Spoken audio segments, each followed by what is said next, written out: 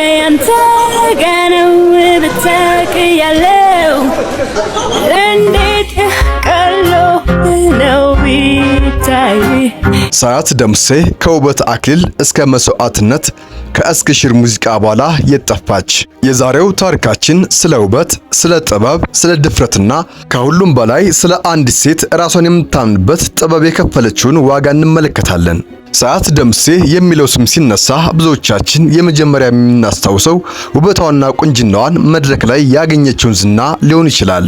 ከካሜራ ብርሃን ጀርባ ከሰዎች ፍርድ ማዶ አንዲት ሴት ራሷን ለሙዚቃ ስራዋም እስክሽር ይሰኛል። ሰዓት ደምሴ በቁንጅና ውድድር በኩልም ወደ ጥበብ ስትገባም ከፊቷ የተዘረጋው መንገድም ቀላል አልነበረም። ምክንያቱም ደግሞ ማህበረሰቡ ብዙ ጊዜ ለቆንጆ ሴት ብቻ አንድ መለያ ብቻም ይሰጣል። ነገር ግን ከዚያ በስተጀርባ ያለውን አእምሮ ችሎታና የሐሳብ ጥልቀትን ለማየት አንዳንዴም ይዘገያል። ሰዓትም ይህንን የቀድሞ ፍርድ ለመስበርም ተጨማሪ ርቀት መጓዝም ነበረባት። ሙዚቃዎቿ፣ የፋሽን ስራዎቿና ሌሎች የፈጠራ ስራዎቿም በአንድ ነገርም ያተኮሩ ነበሩ። ሰዓት በውበቷ ብቻም የምትታወቅ ሴት እንዳልሆነችም ማሳያ ናቸው። ራሷንም በተደጋጋሚ ማረጋገጥ ነበረባት። እናም ይህ ጽናት ከተራ ዝነኝነት ወደ ከበሬታ የጥበብ ሰው የወሰዳት አንዱ ምክንያት ሆኗል። ግን ይህ ጉዞ ገና መጀመሩ ነበር። ከዛ በኋላ ግን የመጣላት ስራ እጅግ በጣም ከባድ ነበር። በስክሪን ላይ የምናይ ሙዚቃ ቪዲዮ ጥቂት ደቂቃዎች ብቻም ሊሆን ይችላል። ግን ከነዚያ ጥቂት ደቂቃዎች ለመፍጠርም ከጀርባ የሚከፈለው ዋጋ ምን ያህል ነው? እስክሽር የሚለው ስራም ለዚህ ጥያቄ ግልጽ ምላሽ ይመስላል። ቪዲዮው ቀረጻ ከተካሄደባቸው በብርድና በዝናብ ወቅትም ነበር። ብርዱ ዝናቡ የቀጠለ ረጅም ሰዓታትም ይቆያል። ነገር ግን ዝናቡ ሲመጣ ደግሞ ሁኔታውም ቀላል አልነበረም። በጫካ ውስጥ በነበረው ቀረጻ ላይም በመብረቅ ወድቆ የዛፍ ቅርንጫፍ ተሰብሮም ሰዓትን መታት። ይህ ብቻም አልነበረም። ብርዱና ዝናቡም እስከ መመታትም ደርሶም ነበር። ግን ቪዲዮ ላይ ያየነው ምስል እውነተኛ እንዲሆንም ስራው ቀጠለ። እነዚህ ላይ ግን ተራ ቀረጻ በላይም የሆነ ነገር እየተፈጠረም ነበር። ሰዓት ደምሴ ለጥበብ ስራዋ የከፈለችውን ዋጋ ወደ ህይወትና ሞት ድንበር እየተቀየረም ነበር። ከሙዚቃው ቪዲዮ ውስጥም እጅግ አስፈሪው ትዕይንት የተከሰተው ውሃ ውስጥም በነበረው ቀረጻ ላይ ነበር። ሰዓት ደምሴ ለስራዋ እውነተኛ ስሜት እንዲኖረው ረጅም ጊዜ ውሃ ውስጥም ለመቆየት ወሰነች። ነገር ግን ውሃ ውስጥም ያላት ግፊትና ረጅም ቆይታ ጊዜ ሰውነቷን አቅም በላይ አስጨነቃት። አየር ማግኘት እየከበዳት መጣ። እጆቿን ማንቀሳቀስ እንደተሳናትም ተናገረች።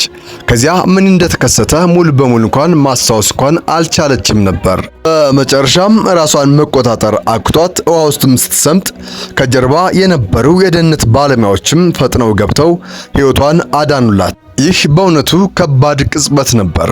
እናም ሰዓት ይህንን አስፈሪ ጊዜም ስታስታውሰው የሞትን አፋፍ እንደቀመሰችም ተሰምቶኝ ነበር ትላለች። ስለዚህ እስክሽር ቪዲዮ ለተመልካች የሚያምር ምስል ብቻም አይደለም፣ ከጀርባው የአንዲት አርቲስት ድፍረት፣ ጽናትና ከፍተኛ መስዋዕትነት ያለበት እንጂ።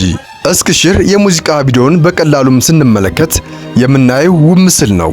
ነገር ግን ከምስሉ በስተጀርባ ጥልቅ ምልክት አለ። በተለይ ውሃና እሳት በሰዓት የጥበብ ዓለም ውስጥም ልዩ ትርጉም አላቸው። ውሃ ለሰዓት ደምሴ መንጻት፣ ራሱን መፈለግና እንደገና መታደስን ይወክላል። ሰው በችግር ውስጥም ይወድቃል፣ ይጎዳል፣ ይሰበራል። ግን በዚያ ውስጥም እንደገና ሊወጣም ይችላል። እሳት ደግሞ ሌላ ትርጉም አለው። እሳት ነገሮችን ይለውጣል፣ ያበስራል፣ አዲስ ቅርጽ ይሰጣል። ልክ ወርቅ እሳት ሳይነካው እውነተኛ ክብሩን እንደማይገለጽ ሁሉ የሰው ልጅም እውነተኛ ጥንካሬው በፈተና ጊዜም ይገለጣል። ሰዓት ደምሴ እንደምትናገረው ሌላ ትልቅ መርህ ደግሞ ስህተትን አለመፍራት ነው፣ መውደቅን አለመፍራት። እንዴት እንደዚህ አደረግሽ መባልን አለመፍራት። ምክንያቱም ሰው ከስህተቱ ተምሮ ራሱን ማሸነፍ እንደሚችል ይታመናል። ሰዓት ደምሴ የምትሰራቸው ስራዎችም ላይን ማሳመሪያ ብቻም አይደሉም። ምስል፣ ልብስ፣ ቀለምና አቀራረብ ሁሉም የየራሳቸው መልእክት አላቸው። ለምሳሌ እስክሽር የሙዚቃ ቪዲዮ ላይም የለበሰችው ልብስ ከፊት ሙሉ በሙሉ የተሸፈነ ሲሆን ከጀርባው ግን ክፍት ነው። ይህ ለምን ሆነ? ሰዓት ደምሴ ራሷ የሰጠችው ትርጉም በጣም የሚገርም ነው።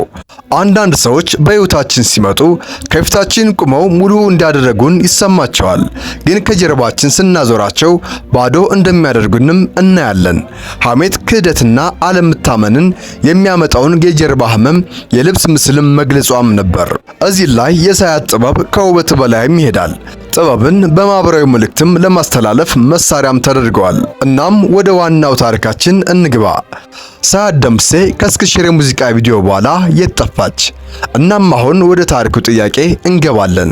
ከእስክሽር በኋላ ሰዓት ደምሴ የት ጠፋች? በቅርቡ ዓመታት ውስጥም እንደ ቀድሞው በተደጋጋሚ ቃለ መጠይቆች ላይም አናያትም። በየሳምንቱም በማህበራዊ ሚዲያ ላይም ራሷን ለማሳየት የሚሮጡ ዝነኞች በበዙባት ዘመንም ሰዓት ደምሴ ግን ዝምታን መርጣለች። ግን ይህንን ጠፋች ብለን ለመደምደምም አይገባንም። ምናልባትም በዝምቷ የጠፋችበት ምክንያትም ሳይሆን የራሷን ዓለም ለመፈለግ የመረጠችበት መንገድም ይሆናል። ከሁሉም በላይ ግን የሷን ዝምታ በግምት ሙሉ በሙሉም ልንተረጉመውም እንችላለን። እሷ ራሷ በግልጽ ካልተናገረችው በቀር የጠፋችበት ምክንያትም እንደ እውነት ማቅረብም አይገባም። ነገር ግን አንድ ነገር ግልጽ ማድረግ እወዳለሁ። ሰዓት ደምሴ በዝምታ በተመልካቾች ልብ ውስጥም ናፍቆትም ፈጥራለች። ሰዓት ደምሴ የምታስተምረን ትልቁ ትምህርት ምንድነው?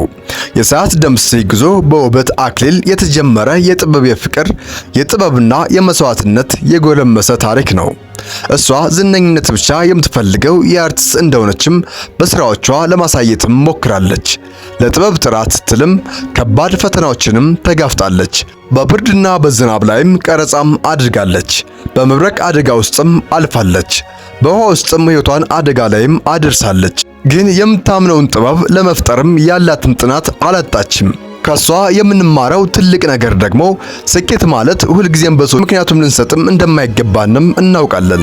ነገር ግን ሰዓት ደምሴ የጠፋችበት ምክንያት በእናንተ ሐሳብ ምን ይመስላችኋል? በጨዋ መልክ ኮሜንት ሴክሽን ላይ አስቀምጡልን። የዛሬው ጥንቅራችን ከዚህ ላይ እናበቃለን። በቀጣይ የተሻለ ጥንቅር እስከምንገናኝ ድረስ በያላችሁበት የዓለም ዳርቻ ሁሉ ሰላማችሁ ብዝት ይበልን። ቸር ቆዩ።